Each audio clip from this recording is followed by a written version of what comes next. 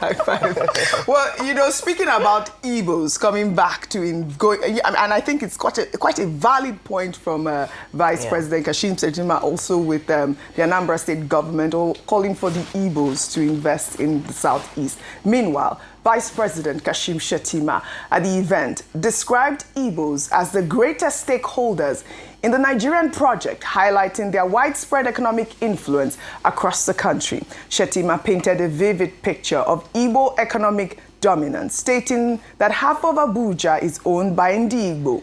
He went further, declaring that the presence of both Igbo and Hausa communities in any location signals safety and vibrancy. Your Excellencies, distinguished ladies and gentlemen, I dare say that Ndi-Igbo are the greatest stakeholders in the Nigeria project. Half of Abuja is owned by Ndi-Igbo. Half of the population of Lagos is largely made up of Ndi-Igbo. There is hardly any place in this country. If you don't see an Igbo man, you better run away from that place. If you don't see a Hausa man, you better run away from that place.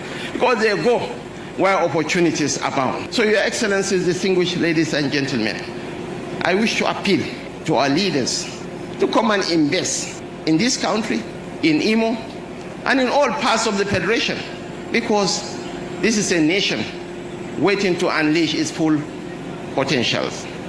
Right. Well, this is a significant statement from Nigeria's #2 citizen, recognizing the Igbo community's vital role in the country's economic fabric. The acknowledgement comes as the federal government seeks to deepen engagement with the Southeast through infrastructure investments and policy reforms.